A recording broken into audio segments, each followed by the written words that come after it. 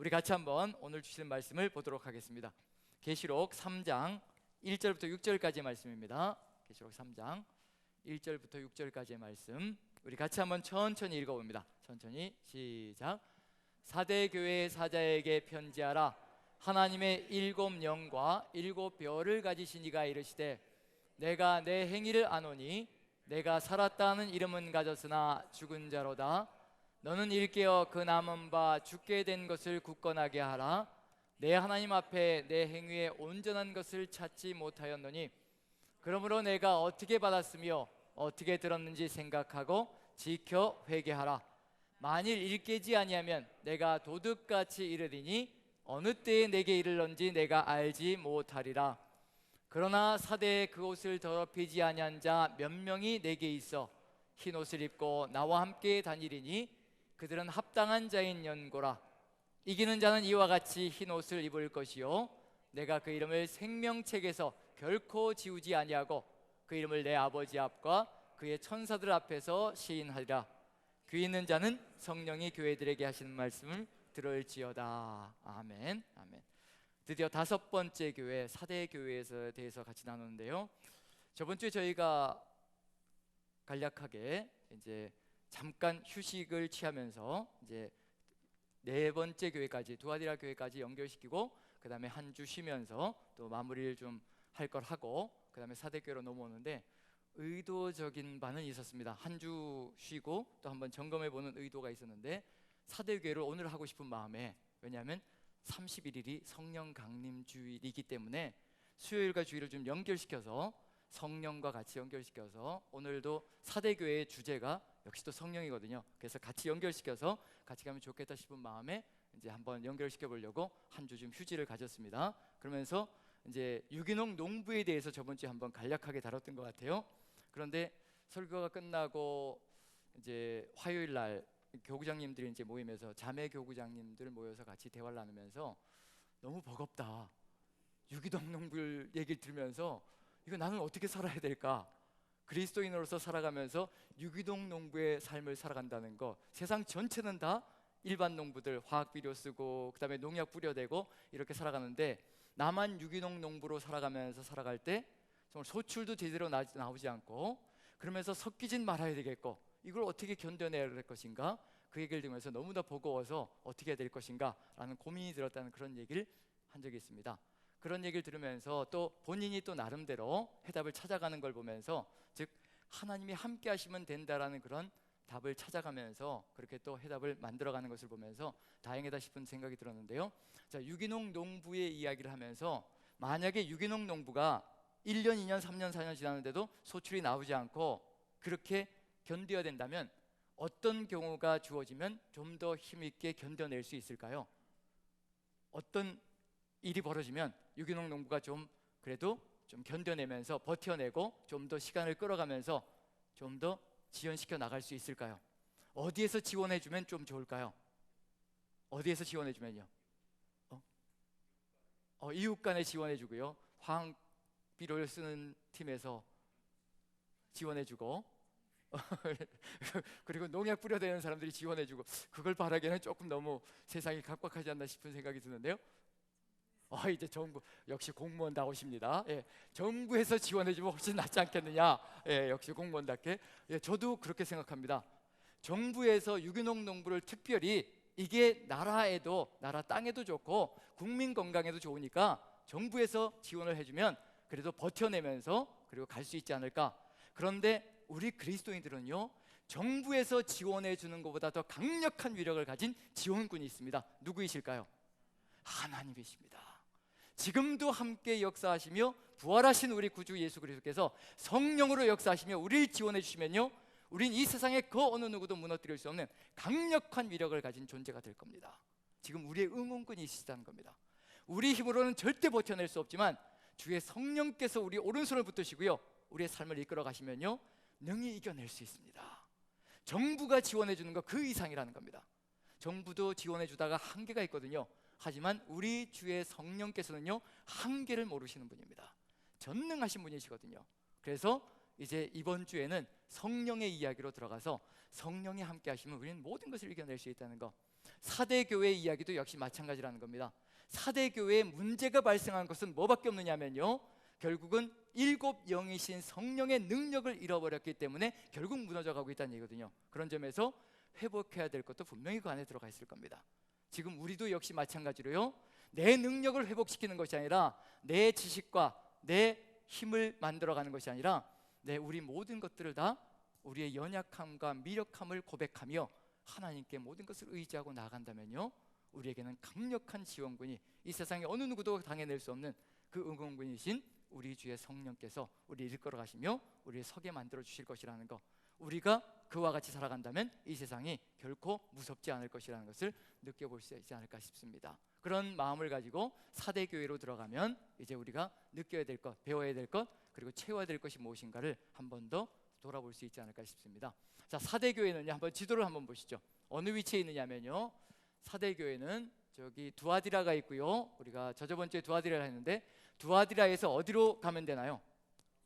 남쪽으로 쭉 내려와서 50km 정도 내려가면 사대 교회가 있습니다. 그 정도 거리에 들어가 있습니다. 그리고 사대라는 지역 자체가요, 굉장히 고대에는 융성했던, 부유했던 장소입니다. BC 1200년경, 한번 역사를 잠깐 얘기하자면요, 이건 기억하지 않으셔도 됩니다. 아, 그런 게 있구나, 그리고 그냥 넘어가시면 되는 거예요. 이건 뭐 우리의 신앙에 그렇게 크게 중요한 건 아니니까요. 자, 사대 교회는, 사대 지역은 BC 1200년경 이스라엘 역사로 치면은 어떤 역사냐면요, 사사시대쯤이라고 생각하시면 됩니다. 사사시대쯤에 리디아 왕국의 수도였는데 굉장히 부유한 지역이었습니다. 한 나라의 수도가 될 정도면 굉장히 융성한 장소라는 얘기죠. 강이 관통을 하고 있는 데서 사대 지역을 강이 관통을 하고 있거든요. 그런데 그 강에서 사금이 굉장히 많이 나왔습니다. 금으로 굉장히 유명한 도시였습니다. 그래서 굉장히 부유한 도시였거든요. 그러다 보니까 세계 열방들의 아주 공격거리가 되었습니다. 부유한 지역이다 보니까 그 부를 탈취하기 위해서 500년경에, BC 500년경에는 페르시아의 고레스가 점령을 했고요, 그 다음에 그리스, 로마에 의해서 차례로 이제 정복되어지는 역사를 가졌습니다. 그렇게 정복되어지면서 이제 고대 모든 유명했던 그런 이름들이 사라지고, 수도로서의, 그런 한 나라의 수도로서의 모든 기능들은 사라지고 단순히 그저 도시 정도, 그리고 식민지 정도로 살아가는 그런 정도밖에 되지 않았습니다. 그리고 한 치명타가 뭐였느냐면요, AD 17년경에 아주 심각한 지진이 발생했습니다. 그 지진으로 아주 거대한 지진이 발생했는데 그 지진으로 인해서 거의 사대 지역은 초토화가 됐습니다. 거의 뭐 폐허 단계가 된 거죠. 그때 이제 로마의 티베리우스 황제가 지원금을 내줘 가지고 이제 다시 한번 재건할 수 있도록 만들어 주기도 하고 5년 정도 세금도 면제해 주기도 하고, 그래서 겨우 일어나는 듯 싶었지만 하지만 옛날에 그런 부귀영화는 다시 한번 회복하지 못하는 그런 상황 속에 처해 있었던 것이 바로 사대 교회, 사대 지역의 모습입니다. 그 지역에서 이제 사대 교회가 발생되어지고 사대 교회가 만들어지고 그리고 나아가고 있는데요, 그런 삶의 정황들 속에서 이 사대 교회가 어떻게 걸어가야 될 것인가, 또 어떤 모습을 갖추고 있는가.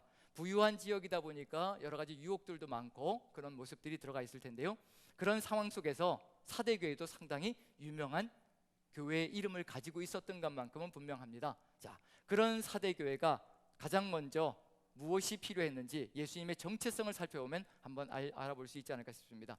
예수님의 정체성은 곧 무엇이냐면요, 이것이 바로 사대교회에서 가장 필요한 것이다라는 것을 보여주는 내용이거든요. 그래서 한번 사대교회 내용 속에서 한번 1절을 봅니다. 3장 1절 요한계시록을 보시면요, 3장 1절을 한번 봅니다. 3장 1절을 보시면요, 사대교회에 주어지는 예수님의 정체성, 이 정체성이 바로 사대교회가 회복해야 될 모습이라는 것만 생각하면 우리도 지금 이 순간에 회복해야 될 것이 무엇인가, 그리고 왜 이것을 잃어버렸을 때 어떤 일이 벌어지는가, 그런 것들도 한번 깊이 있게 살펴봐야 될 필요가 있을 것 같습니다. 자, 3장 1절을 한번 같이 한번 읽어봅니다. 같이 천천히 같이 읽습니다. 시작. 교회의 사자에게 편지하라. 하나님의 7 영과 7 뼈를 가지신 이가 이르시되 내가 내 행위를 아노니 내가 살았다 하는 이름은 가졌으나 죽은 자로다. 자, 예수 그리스도의 정체성이 주어지는데 뭐라고 되어 있냐면요, 사대교회의 사자에게 편지하라. 하나님의 7 영과 7 뼈를 가지신 이가 이르시되, 하나님의 무엇을 가지셨다고요? 7 영과 7 뼈를 가지셨다. 누가 이걸 가지셨다고 되어 있냐면요, 예수 그리스도께서, 부활하시고 승천하신 예수 그리스도께서 하나님의 일곱 영과 그 다음에 일곱 별을 가지고 있다라고 얘기하고 있습니다. 일곱 영은 누구를 얘기하는 걸까요? 일곱 영 누구를 얘기하는 걸까요? 일곱 영. 영이라고 하는 거 보니까 왜들 이러시죠? 일곱 영, 성령을 얘기하는, 다들 아시면서 이렇게 또 침묵을 지키시면서 어떻게 하나 보시려고. 자, 일곱 영은 주의 성령을 얘기합니다. 성령, 하나님의 영, 또 예수 그리스도의 영, 성령을 얘기하는데 왜 일곱이라고 되어 있을까요? 7이라고 되어 있는 이유가 뭘까요? 일곱 영, 요한계시록에만 나오는 표현입니다. 일곱 영이라는 것, 일곱 영이라는 것. 완전하다, 완전하시다, 완전하시다. 그리고 또요, 그렇죠, 일곱 교회니까 각 교회마다 충만하게 역사하실 수 있는 성령의 능력. 그래서 일곱 영과 누가 합쳐져야 된다는 얘기하면요, 일곱 별이 합쳐져야 된다. 일곱 별은 일곱 교회의 사자다, 즉 일곱 교회의 지도자를 얘기하는 겁니다. 일곱 교회의 지도자들이 성령의 충만함으로 나아간다면 모든 문제들은 다 쉽게 해결되어져 갈 수 있을 것이라는 것을 보여주는 의도가 들어가 있다는 거. 자, 일곱 영, 완전한 영이라는 의미, 모든 사람에게 충만하게 역사하실 수 있는 영이라는 의미가 들어가 있는데, 그걸 성령 강림 때에도, 즉 오순절 성령 강림 때에도요, 그걸 보여주고 있는 중입니다.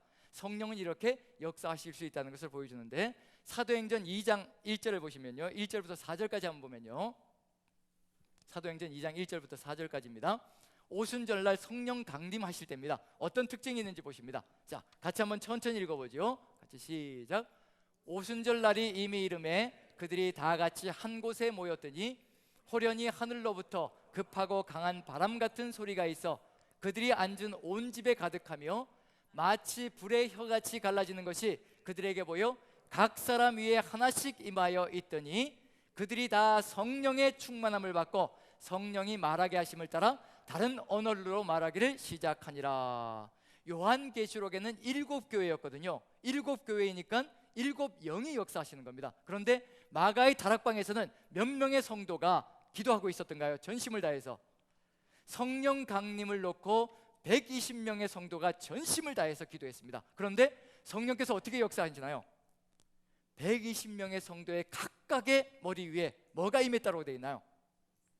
불의 혀같이 갈라지는 것이 각 사람의 위에 임했다라고 되어 있습니다. 성령은 120명이면 120명이고요, 7교회면 7교회고요, 어떤 숫자든지 상관없이 모든 사람들에게 동일하게 임하시고 충만하게 역사하신다는 겁니다. 그래서 4절 보면 그들이 다 성령의 충만함을 받았다라고 되어 있습니다. 이 세상 온 인류에게 역사하실 수 있는 분이 바로 우리 예수 그리스도의 영, 바로 성령님이라는 것을 분명히 보여주고 있는 중입니다. 그래서 예수님께서 우리에게 분명히 말씀하신 건 뭐냐면요, 예수님께서 제자들에게 이 땅에서 3년 동안 공생애 하시면서 제자들에게 말씀하신 게 뭐냐면요, 내가 너희들을 떠나가는 것이 너희에게 유익이다라고 분명히 얘기해 주셨습니다.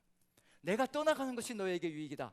자, 예수님이 우리 옆에 계신 게 유익일까요? 우리를 곁을 떠나가시는 게 유익일까요? 한번 생각해 보시죠. 12명의 제자들에게는 예수님께서 옆에서 계시는 게 유익일까요? 떠나가시는 게 유익일까요?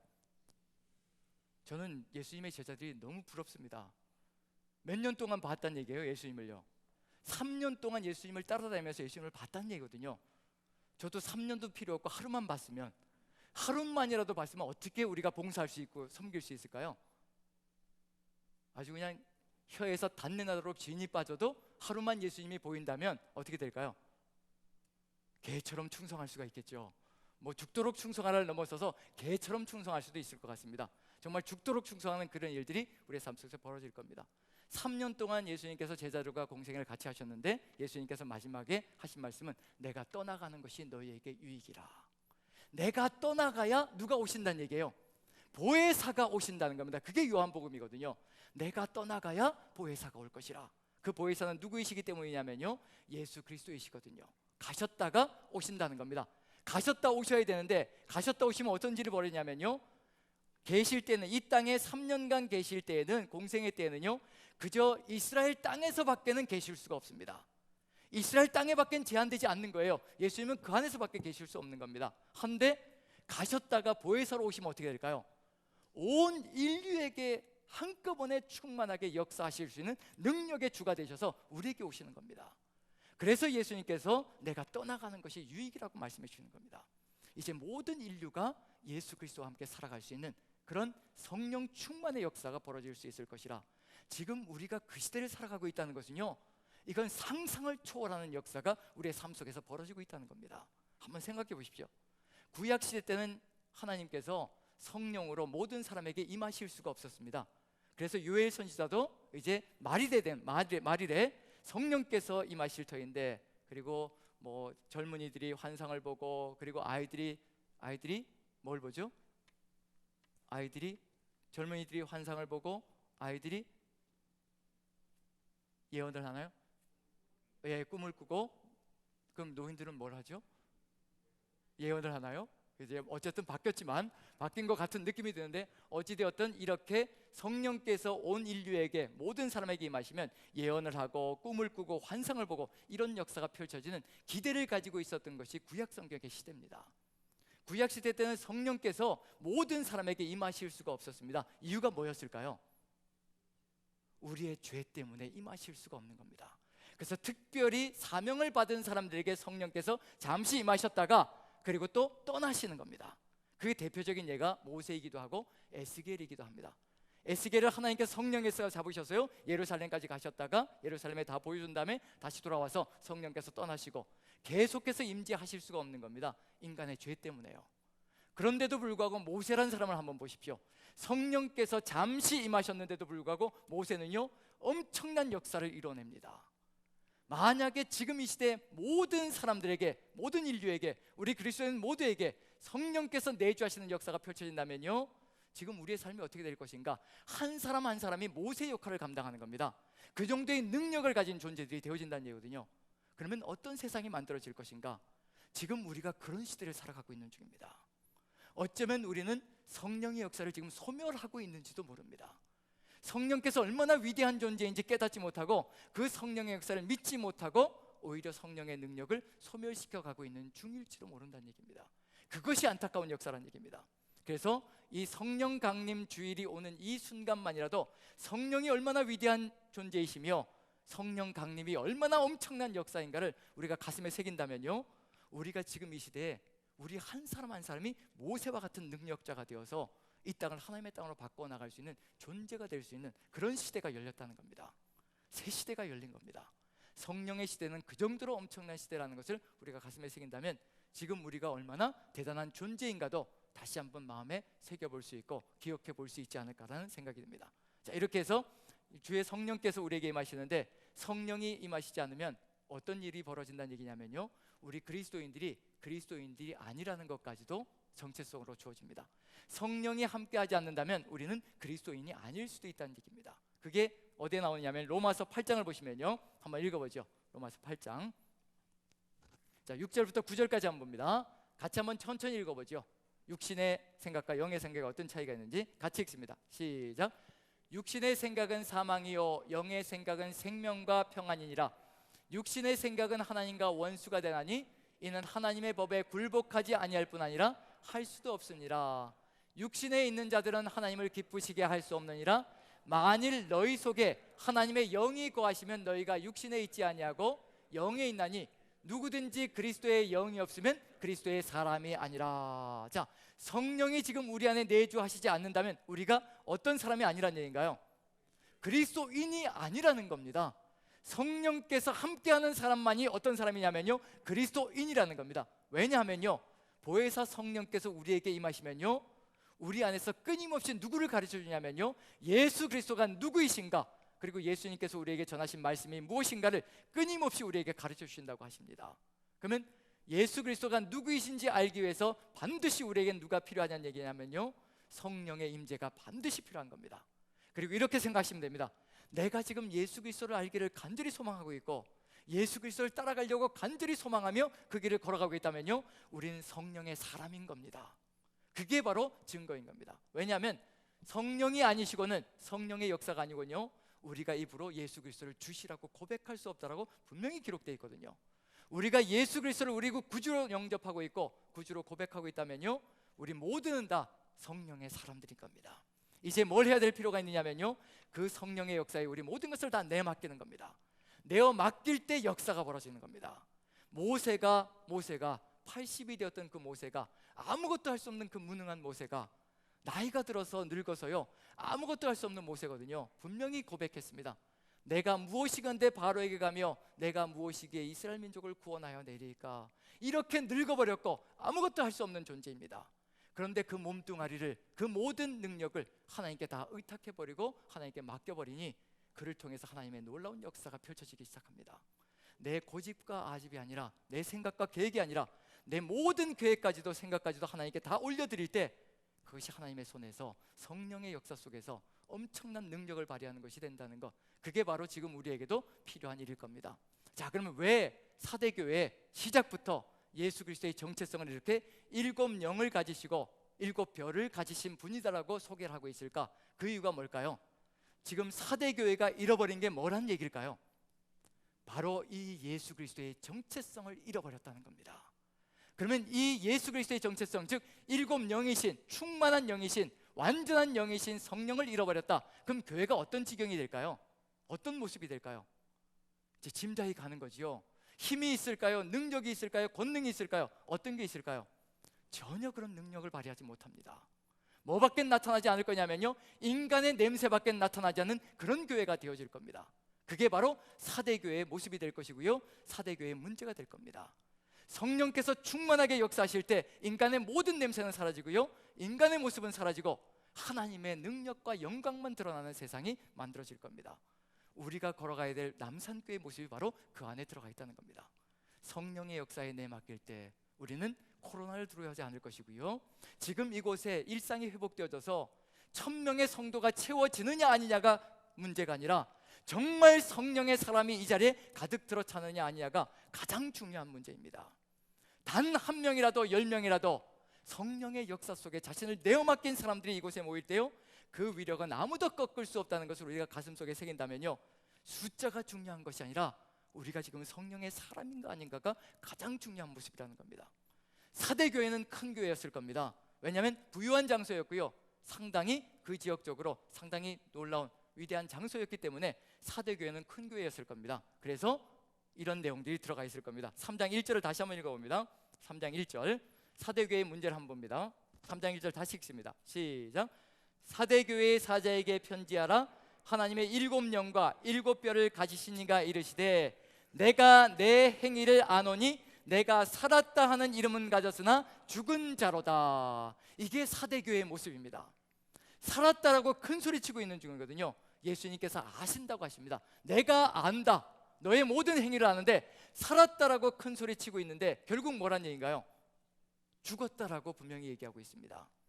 자, 여기서 사대교회의 모습이 등장하는데요, 첫 번째 에베소, 그 다음에 서모나, 버가모, 두아디라, 이 네 교회는요 반드시 거기에 뭐가 들어가 있냐면요, 내가 아노니, 내 행위를 아노니라고 들어가 있는데 내 행위를 안다라고 말씀하시고 거기에 100% 내 교회는요 칭찬을 먼저 해주셨습니다. 칭찬이 먼저 들어가 있었어요. 그런데 사대교회에 와서 이게 무너져 버리는 겁니다. 내가 내 행위를 아노니 먼저 칭찬해 주신 다음에, 잘한 것을 칭찬해 주신 다음에 그 다음에 이제 질책을 하셨는데 사대교회는 시작부터 내가 내 행위를 아노니 질책부터 시작하고 있습니다. 뭐가 없다는 얘기인가요? 칭찬받을 거리가 거의 없다는 것을 그대로 보여주고 있는 중입니다. 질책할 게 크다는 것을 보여주고 있는 중입니다. 자, 그럼 이 얘기는 무슨 얘기인가? 성령의 역사가 소멸되어지고 나니까 칭찬받을 것보다는 질책받을 내용들로 가득 들어차 있다는 것을 그대로 보여주고 있는 모습이 아닌가라는 생각을 해봅니다. 자, 여기서 내가 살았다 하는 이름은 가졌으나 죽은 자로다. 자, 살았다 하는 이름, 어떤 이름일까요? 누구의 이름일까요? 하나님의 이름일까요? 인간의 이름일까요? 인간의 이름일 겁니다. 살았다 하는 이름, 살았다 하는 이름을 가졌다는 거 보니까요, 사대교회는 상당히 유명한 교회라는 느낌이 듭니다. 주변에서도 믿지 않는 사람들도 알 정도로 상당히 거대하고 규모가 있는 교회라는 것을 느껴볼 수가 있을 것 같습니다. 아마 이 근방에서 우리 남산교회만한 그런 크기를 가지고 있는 교회가 아니었던가. 그래서 주변에 믿지 않는 사람들도 남산교회가 거기 있다는 것 정도는 알고 있는 그 정도 위력은 되지 않았을까라는 생각을 해봅니다. 그런데 이렇게 유명하게 이름이 떨쳐지고 있는데도 불구하고 예수님께서는 뭐라고 말씀하시냐면요, 살았다 하는 이름, 유명한 이름은 가지고 있을지 모르겠지만, 세상 사람들에게 주변에 유명세는 타고 있는지 모르겠지만 하나님이 보시기에 뭐라고 얘기하시느냐면요, 사는 것이 아니라 죽었다라고 얘기를 하십니다. 어떤 능력을 소멸시키고 있는 것인가? 성령의 능력을 소멸시키고 있는 바로 교회의 모습을 그대로 보여주고 있는 모습이 아닌가라는 그런 느낌이 듭니다. 자, 우리의 삶 속에서 역시 마찬가지로 살았다 하는 이름은 가졌으나 죽은 교회도 될 수가 있다는 얘기입니다. 우리가 가장 주의해야 될 것은 성령의 역사 속에 우리가 어떻게 우리를 맡기며 살아가고 있는가, 그것이 가장 중요한 겁니다. 우리 교회가 얼마나 많은 숫자가 되어서 주변 사람들이 우리를 기억하고 이름을 불러준다, 그것이 중요한 것이 아니라 정말 예수 그리스도께서 보시기에 살아있는 교회가 되는 것, 그것은 성령의 역사를 따라서 움직이는 교회가 바로 그와 같은 살아있는 교회라는 것을 마음에 새긴다면 우리가 걸어가야 될 길이 무엇인지를 분명히 알 수가 있겠죠. 우리 예수님께서 보는 것과 우리 인간이 보는 것은 현저하게 다르다는 겁니다. 사람이 보는 것은 껍질을 보는 것이고요, 겉을 보는 것이고, 하지만 우리 주님께서는 교회의 중심을 보시고 계시는 중입니다. 그 중심에 성령의 역사가 살아있느냐 아니냐가 교회의 명맥을 유지할 수 있느냐 없느냐가 관건이 되어진다는 것을 그대로 보여주고 있는 중입니다. 그런 점에서 이제 뭐가 회개해야 될 부분이 있는 거겠죠. 한번 읽어봅니다. 2절을 한번 읽어봅니다. 무엇을 회개해야 되는지 한번 읽어보죠. 같이 읽습니다. 시작. 너는 일깨어 그 남은 바 죽게 된 것을 굳건하게 하라. 내 하나님 앞에 내 행위에 온전한 것을 찾지 못하였노니. 이제 본질이 드러나기 시작하는 거죠. 여기서 보면 일깨어라고 되어 있는데, 일깨어라고 되어 있는 것은 깨어 있어라는 단어. 이제 마태복음 속에서 예수님께서 깨어 있으라, 종말의 때가 올수록 깨어 있으라고 얘기하시죠. 그 단어와 같은 단어입니다. 깨어 있으라. 그럼 지금 사대 교회는 깨어 있는 교회인가요? 잠자는 교회인가요? 잠자는 교회고 죽어 있는 교회라는 얘기입니다. 성령의 역사가 전혀 드러나지 않는, 영의 역사가 드러나지 않는, 인간적인 것밖에 드러나지 않는 그런 교회의 모습을 그대로 보여주고 있는 중입니다. 깨어나야 되는 겁니다. 잠자는 것에서 깨어나야 되고요, 그 다음에 죽어 있는 것에서 깨어나야 되는 것이 바로 사대교회의 모습 속에 들어가 있습니다. 죽게 된 것을 굳건하게 하라. 그리고 내 하나님 앞에서 내 행위에 무엇을 찾지 못했다고 되어 있나요? 내 행위에 온전한 것을 찾지 못하였다. 자, 유명한 교회입니다. 유명하다는 얘기는 무슨 얘기냐면요, 활동이 있다는 얘기인가요, 없다는 얘기인가요? 교회 안에 활동이 있으니까, 활발하게 움직이고 있으니까 주변에서 유명하게 이름이 난 것이 되겠죠. 그런데 예수님께서 보시기에는 죽었다라고 얘기를 하시고요, 그러면 행동이 활발하게 움직이고 있는데 뭘 찾지 못한다고 하시냐면요, 온전한 것을 찾지 못한다라고 얘기하십니다. 그럼 누구 마음에는 전혀 들지 않는다는 얘기인가요? 뭔가 교회에서 사역은 하고 있고 열심히 움직이고 있는데 예수님 마음에 드는 것은 아무것도 없다는 것을 그대로 보여주고 있습니다. 이게 어디에서도 등장하고 있는 내용이냐면요, 마태복음 7장에서도 등장한 내용입니다. 산상수훈의 이야기를 쭉, 산상수훈의 법을 말씀해 주신 다음에 말세의 마지막에 종말의 때, 심판 때 앞에서 이런 일이 벌어질 것이라. 많은 사람들이 나에게 와서 뭐라고 부른다고요? 주여 주여 하면서. 한번 읽어보죠. 7장을 보면, 마태복음 7장을 한번 보죠. 한번 읽어봅니다. 어떤 일이 벌어질 것인지. 자, 같이 한번 읽어보죠. 21절부터 같이 시작. 나더러 주여 주여 하는 자마다 다 천국에 들어갈 것이 아니요 다만 하늘에 계신 내 아버지의 뜻대로 행하는 자라야 들어가리라. 그날에 많은 사람이 나더러 이르되 주여 주여 우리가 주의 이름으로 선지자 노릇하며 주의 이름으로 귀신을 쫓아내며 주의 이름으로 많은 권능을 행하지 아니하였나이까 하리니 그때 내가 그들에게 밝히 말하되 내가 너희를 도무지 알지 못하니 불법을 행하는 자들아 내게서 떠나가라 하리라. 자, 22절을 다시 한번 보내주시죠. 22절 여기 보시면 그날에 많은 사람들이 나더러 이르되 주여 주여 우리가 주의 이름으로 뭘 했다고요?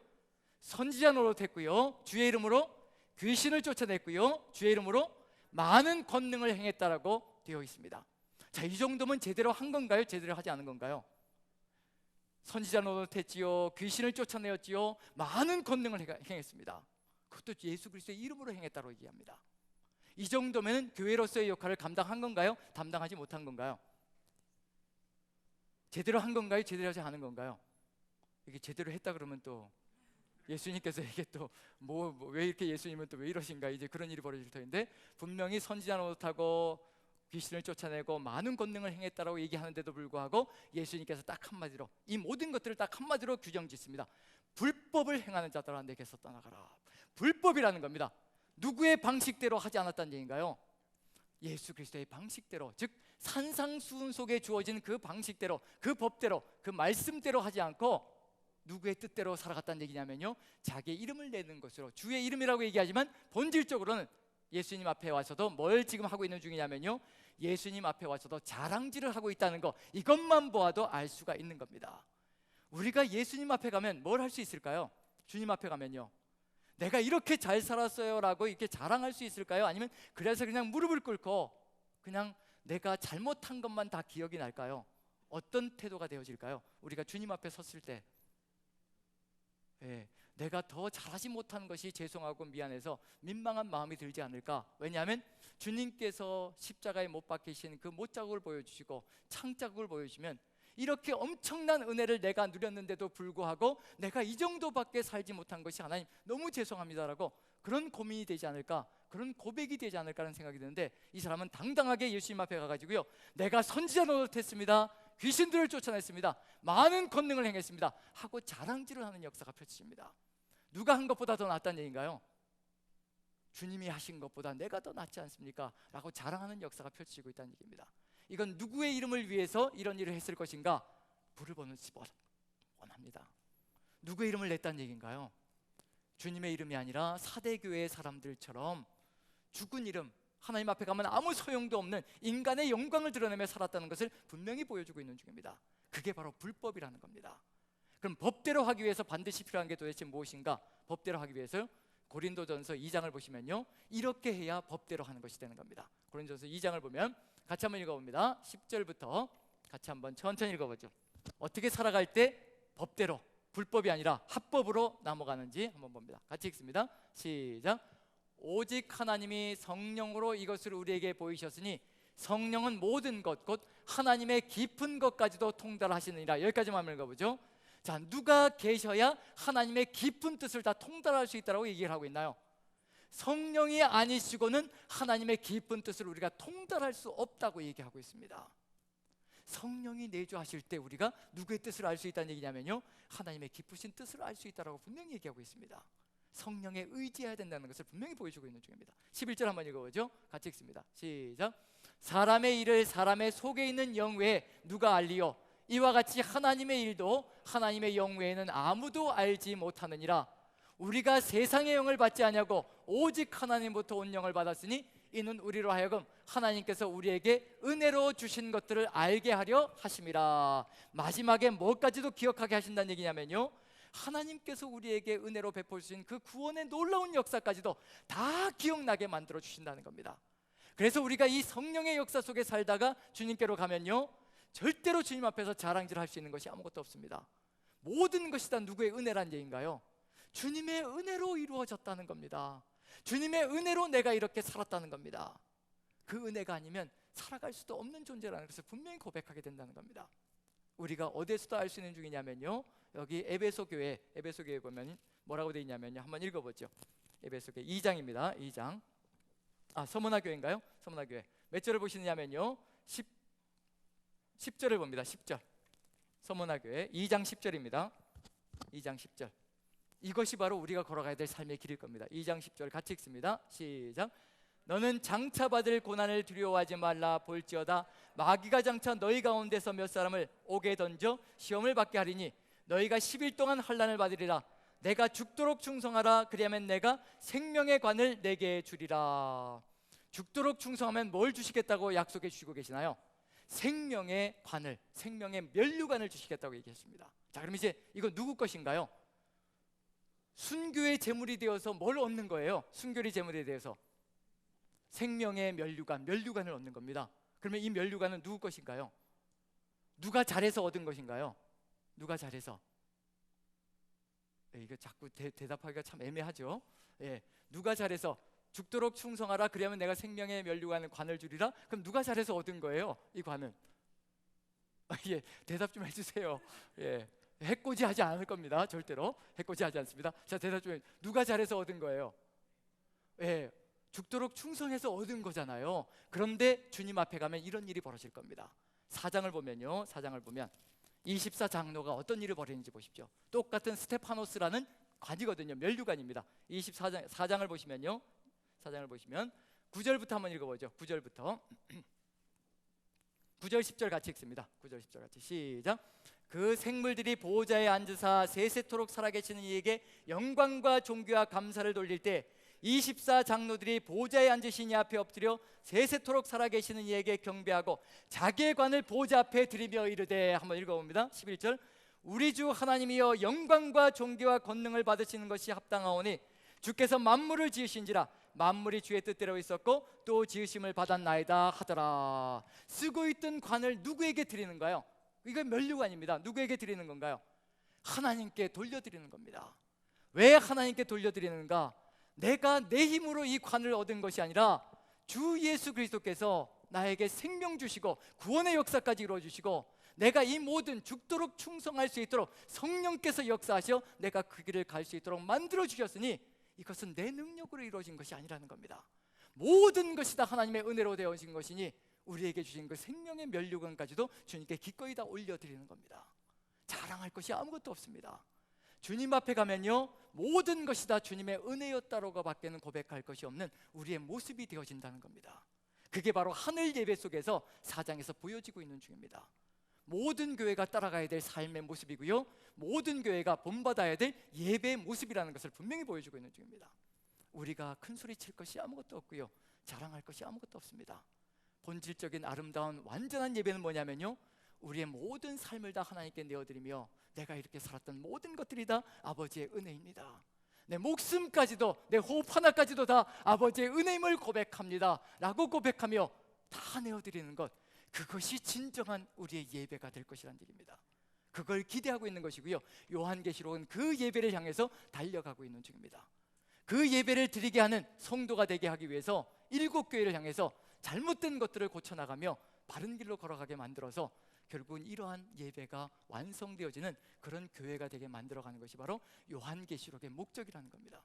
그래서 지금 사대교회에서 강력하게 회복해야 될 것이 있다면요, 바로 성령의 역사라는 겁니다. 이 성령께서 함께해야 누구의 뜻을 가슴에 새길 수 있다는 얘기냐면요, 하나님의 뜻이 무엇인지 깨달아야 그 뜻을 행할 수가 있을 것이고요, 하나님 앞에 갔을 때 아버지의 뜻대로 행하였다라는 그런 칭찬을 받고 착하고 충성된 종이라는 그런 칭찬을 받는 역사가 펼쳐질 것이라는 것을 우리에게 알려주고 있는 중입니다. 우리도 지금 성령과 함께 살아가고 있는 중입니다. 성령께서 우리에게 끊임없이 말씀하실 겁니다. 우리가 삶을 살아가며 때로는 내가 잘못함으로 말미암아 내 가슴 속에 찔림이 올 때가 있습니다. 성령께서 함께 하신다는 겁니다. 함께 하시기 때문에 우리가 양심의 가책을 느끼는 것이고 찔림이 오는 겁니다. 그 찔림이 올 때 주님의 뜻을 따라서 내 모든 것을 내어놓고 그 뜻을 따라갈 때 우리는 주의 뜻을 이루어가며 인간의 모든 이름을 내려놓고 우리의 욕심을 내려놓고 주님과 함께 동행하는 삶을 열어갈 수 있을 겁니다. 사대교회가 바로 그것을 회복해야, 그것을 회개해야 이제 성령님과 함께 새로운 역사를 이루어가는 존재가 될 수 있을 것이라는 거. 그래서 3절을 보시면요, 3장 3절입니다. 3절을 보시면요, 이제 회복해야 될 것, 이제 온전한 것을 찾지 못했으니 이제 온전하게 되기 위해서 회복해야 될 것이 무엇인가를 알려주고 있습니다. 3절 같이 읽습니다. 같이 시작. 그러므로 내가 어떻게 받았으며 어떻게 들었는지 생각하고 지켜 회개하라. 만일 일깨지 아니하면 내가 도둑같이 이르리니 어느 때에 내게 이르는지 내가 알지 못하리라. 자, 여기서 보면 그러므로 내가 어떻게 받았으며 어떻게 들었는지 생각하고, 자, 어떻게 받았는지, 사대교회 사람들이 뭘 받았을까요? 사대교회 성도들만이 아니라 모든 교회 성도들이 다 받았습니다. 뭘 받았을까요? 예, 누굴 받았죠? 성령을 받은 거죠. 어떻게 받았는지 기억해야 되는 겁니다. 자, 이 받았다라는 단어를 다른 단어로 바꾸면 정확하게 이해가 될 겁니다. 이 받았다는 단어는 헬라어로 람바노라는 단어인데요, 어떤 뜻으로도 해석되어지느냐면요, 영접하다라는 뜻으로도 해석되어집니다. 그럼 이제 어디가 생각나시나요? 어디가? 영접하다. 요한복음 1장 12절. 아유, 할렐루야. 박수 한번 보내주시죠. 예, 이게 별로 그렇게 탐탁지 않으신 것 같아요. 다른 분들은. 예, 내가 얘기했어야 되는데 선수를 빼앗겨서 지금 이제 탐탁지 않으신 거죠. 요한복음 1장 12절. 영접하는 자 곧 그 이름을 아유, 저렇게 또 띄워주시는군요. 감사합니다. 예, 손발이 딱딱 맞아서 좋습니다. 같이 한번 읽어보죠. 같이 시작. 영접하는 자 곧 그 이름을 믿는 자들에게는 하나님의 자녀가 되는 권세를 주셨으니 이는 혈통으로나 육정으로나 사람의 뜻으로 나지 아니하고 오직 하나님께로부터 난 자들이니라. 그래서 요한복음의 시작에서는요, 누구를 영접해야 된다라고 얘기하고 있을까요? 영접하는 자, 그 이름을 믿는 자들은 하나님의 자녀가 된다 라고 되어 있습니다. 누구를 영접하는 사람일까요? 예수 그리스도를 영접하는 사람이겠죠. 그런데 결론에 가면, 요한복음의 결론에 가면요, 예수 그리스도를 영접하는 자가 어떤 자인지, 누구를 또 영접하는 것인지 결론에 가면 분명하게 드러납니다. 요한계시록의 결론에 가면, 요한복음의 결론에 가면요, 20장을 한번 보여주시죠. 20장 19절 22절 같이 봅니다. 19절 같이 읽습니다. 시작. 이날 곧 안식 후 첫날 저녁 때 제자들이 유대인들을 두려워하여 모인 곳에 문들을 닫았더니 예수께서 오사 가운데 서서 이르시되 너희에게 평강이 있을지어다. 이 말씀을 하시고 그들을 향하여 숨을 내쉬며 이르시되 성령을 받으라 라고 되어 있습니다. 이 받으라라는 단어가 어떤 단어일까요? 요한복음 1장에는 영접하라라고 번역해 놓고, 똑같은 단어예요. 영접하라라고 번역해 놓고 20장에는 받으라라고 번역해 놓으면 이게 같은 건지 이해가 안 되거든요. 똑같이 번역해 줘야 됩니다. 성령을 어떻게 하라고 얘기할까요? 성령을 영접하라. 그럼 요한복음 1장에서 이제 영접하라라고 얘기할 때 그분이 예수 그리스도였다면, 이제 요한복음의 끝에 가니까 그분이 누구이신가요? 성령님이 되시는 거죠. 즉 예수 그리스도를 영접하는 것은, 누구를 영접하면 예수 그리스도를 영접한 것이냐면요, 바로 성령님을 우리의 삶의 주인으로 영접하면 그것이 바로 예수님을 영접한 것이고요, 바로 삼위일체 하나님과 함께 동행하는 삶이 된다는 것을 분명히 보여주고 있는 중입니다. 이렇게 성령을 어떻게 받았는지 그걸 분명히 기억한다면요, 이제 누구를 받았던 그 시절로, 누구를 영접했던 그 시절로 돌아가야 된다는 얘기인가요? 사대교회가요, 예수 그리스도를 영접했던 그 시절로 돌아가서요, 이제 뭘 해야 되냐면요, 어떻게 받았는지, 어떻게 들었는지, 요한계시록 7교회는 향해서는요, 항상 끝부분마다 성령이 누구에게 하시는 말씀을 들으라고요? 귀 있는 자들은 성령이 교회들에게 하시는 말씀을 들을지어다 라고 계속해서 얘기하고 있습니다. 누가 하시는 말씀을 들어야 된다는 얘기예요? 성령이 하시는 말씀을 들어야 하는 겁니다. 성령을 다시 한번 영접하고요, 소멸시켰던 성령을 영접하고 나의 왕자의 주인으로 모시고, 그 다음에 성령이 교회들에게 하시는 말씀을 들어야 되는 것이 어떤 교회의 살 길이냐면요, 바로 사대교회의 살 길이라는 겁니다. 그 길만이 이 모든 어려움들을, 그리고 문제들을 해결할 수 있는 유일한 길이라는 것을 분명히 보여주고 있는 중입니다. 우리에게 있는 문제도요, 다른 문제가 아닐 겁니다. 바로 성령님을 우리의 삶의 주인으로 영접하고, 그리고 그 성령님의 말씀에 귀 기울이고 듣고서 살아간다면요, 우리 교회의 많은 문제들은, 어쩌면 모든 문제들은 해결되는 역사가 펼쳐지기 시작할 겁니다. 우리 모두가 그 길로 걸어간다면 그런 역사가 펼쳐질 겁니다. 그리고 나서 이제 칭찬이 들어가는데요, 4절 보시면 칭찬이 좀 안타깝다는 생각이 듭니다. 4절 같이 한번 읽어보죠. 같이 시작. 그러나 사대에 그 옷을 더럽히지 아니한 자 몇 명이 내게 있어 흰 옷을 입고 나와 함께 다니리니 그들은 합당한 자인 연고라. 지금까지는 그나마 네 교회가요, 에베소, 서머나, 버가모, 두아디라, 이 네 교회가 그나마 많은 사람들이 그래도 주님을 따라가고 있고, 소수의 사람들이 변절해서 계속해서 무너지고 있는 모습들을 보여주고 있는 것이 네 교회의 모습이 있다면요, 이제 사대교회에 와서 어떤 느낌이 드나요? 이제 남아있는 자, 성령의 역사에 자신을 맡기고 옷을 예수 그리스도의 보혈에 빨아서 흰 옷을 입고 살아가는 성령의 사람들이 몇 명 정도 있다고 얘기하고 있나요? 아주 극소수 존재하고 있다고 얘기합니다. 이게 사대교회, 정말 대형 교회인데도 불구하고 극소수의 몇 명만이 바로 성령의 뜻을 받들어서 걸어가고 있는 교회가 되어가고 있다는 것, 그것이 바로 사대교회의 문제라는 것. 하지만 이제 이 교회 성도들이 전부 다 이렇게 몇 명의 성도들 같이 다들 흰옷을 입고 주 예수 그리스도의 성령의 뜻을 따라서 살아간다면 이제 이 교회는 살아나는 역사가 펼쳐질 것이고요, 이제 그 근방에 영향력을 끼치는 교회가 되어질 수 있을 것이라는 것, 그것을 기대해 볼 수 있을 겁니다. 지금 여기서 분명한 것은 몇 명밖에 남지 않았다는 겁니다. 점점 교회의 모습들이요, 치명적으로 변해가고 있다는 것을 느껴볼 수가 있습니다. 우리도 시간이 지나면서 이렇게 치명적으로 변해가는지, 아니면 점점 더 하나님의 뜻을 받들어가는 길로 나아가고 있는지, 그것은 흰 옷을 입은 사람들, 즉 성령께 모든 것을 맡기고 살아가는 사람들, 성령 충만한 사람들이 얼마 정도 되는가에 따라서 교회에 사활이 달려 있다는 것을 염두에 두시고, 여러분들 모두가 한마음 되어서 성령 충만한 삶을 살아가시기를 축원합니다. 자, 그 다음에 보시면요, 5절부터 보시면요, 5절 6절, 이제 이기는 자, 5절만 한번 읽어보죠. 같이 읽습니다. 시작. 이기는 자는 이와 같이 흰옷을 입을 것이요 내가 그 이름을 생명책에서 결코 지우지 아니하고 그 이름을 내 아버지 앞과 그의 천사들 앞에서 시인하리라. 이기는 자는 무엇을 입는다고 되어 있나요? 바로 소수의 몇 명이 입고 걸어다니는 이 흰옷을 이제 이기는 자마다 입을 수 있는 길이 열려질 것이라. 누구의 뜻을 따라갈 때 이길 수 있다는 얘기니까요. 성령을 우리의 삶의 주인으로 영접하고 성령의 말씀에 귀를 기울이고 그 말씀을 들으며 살아간다면 모든 자들이 이기는 자가 되어서 이제 흰옷을 입고 승리하는 길로 걸어갈 수 있을 것이라는 거. 거기에 덧붙여서 뭐가 주어진다고 되어 있냐면요, 그 이름을 어디에 기록한다고 되어 있나요? 생명책에. 여기서 왜 이름이 등장할까요? 이름. 사대교회가 가지고 있었던 게 뭔가요?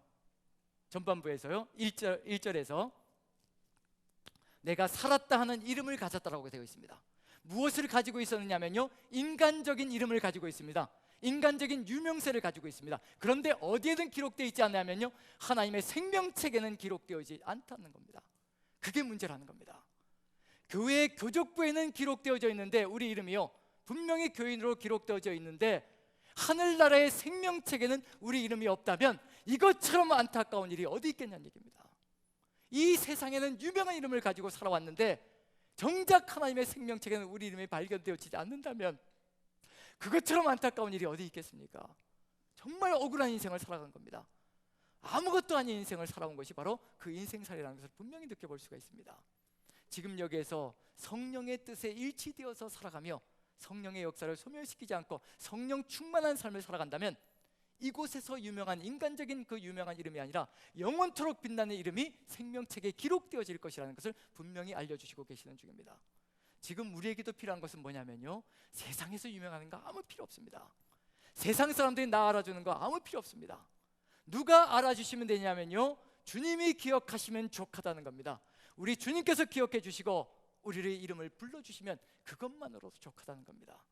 그런 마음 자세를 가지고 우리가 이 땅에서 살아간다면 주님과 함께 승리하며 걸어가는 존재가 되어질 수 있을 것이라는 거, 저는 여러분들 모두가, 우리 이곳에 모여있는 우리 모두, 그리고 실시간으로 함께하고 있는 모든 우리 남산교회 가족 여러분 모두가 주 예수 그리스도의 성령의 뜻을 받들어서 우리 성령님의 그 뜻을 우리 가슴속에 새기고 우리의 왕자를, 우리 고집과 아집과 주장이 우리의 왕자가 되는 것이 아니라 오직 주의 성령께서 우리의 왕자를 차지하시고 우리가 주님을 왕으로 영접하고 그리고 왕으로 영접한 그 왕의 목소리를 철저하게 매일의 삶 속에서 듣고 순종하며 걸어가므로 우리의 삶 전체가 흰옷을 입는 삶이 되고 그리고 그것을 통하여서 생명책에 기록되어져 영원한 생명을 누리는 우리 모두가 될 수 있다면 얼마나 감사하겠습니까? 여러분들 모두가, 우리 모두가 그와 같은 축복 가운데 거하며 성령의 충만한 사람으로 승리하며 걸어가는 모든 분들이 되시기를 간절히 축원드립니다. 기도하겠습니다. 사랑의 하나님, 성령의 역사를 잃어버린 것이 어디 사대교회 뿐이겠습니까? 우리도 시시때때로 우리 인간적인 생각으로 말미암아 성령의 역사를 그리고 성령의 뜻을 굽힐 때가 참으로 많았음을 고백합니다. 하나님 용서하여 주시고 이제 우리가 성령님을 우리의 왕으로 영접합니다. 이제 왕으로 모십니다. 우리의 왕이 되어 주시어서 우리가 왕의 목소리를 들을 수 있는 길을 열어갈 수 있도록 주님께서 함께하여 주시고 우리 주님과 함께 동행할 수 있게 인도하여 주시옵소서. 이 세상에 이름 내는 것 이제 끊어버리게 도와주시고 이 세상에 이름 나는 것 그것이 무슨 소용이 되겠습니까? 영원한 생명책에 이름이 없다면 그 이름들 아무 소용이 없음을 아버지 고백하게 하시고 오직 주님 생명책에 기록되어진 것만으로 기뻐하며 주님과 동행하는 삶으로 평생을 걸어갈 수 있도록 도와주시옵소서. 우리 남산교회는 절대로 사대교회와 같이 아버지 살았다 가는 이름은 가졌으나 죽은 교회가 되지 않도록 도와주시옵소서. 성령 충만한 교회가 되어서 정말 살아서 움직이는 주의 교회가 될 수 있도록 축복하시고 은혜 가운데 인도하여 주옵소서. 코로나가 우리를 묶고 있습니다. 아버지 우리 발목을 잡고 있습니다. 하나님 코로나가 문제가 아니라 우리가 성령의 뜻 가운데 거하지 못하는 것이 문제임을 깨닫게 도와주시고 이 성전을 찾아 주님과 함께 한마음 되어서 우리 모두가 연합하여 주를 찬양하며 예배하는 이 예배의 공동체 속에 하나가 될 수 있도록 우리 성도님들의 마음을 움직여 주시고 주관하여 주시옵소서. 주께서 함께 하시고 이끌어 가실 줄로 믿고 우리 구주 예수 그리스도 그 귀하신 이름을 받들어 감사하며 기도합나이다.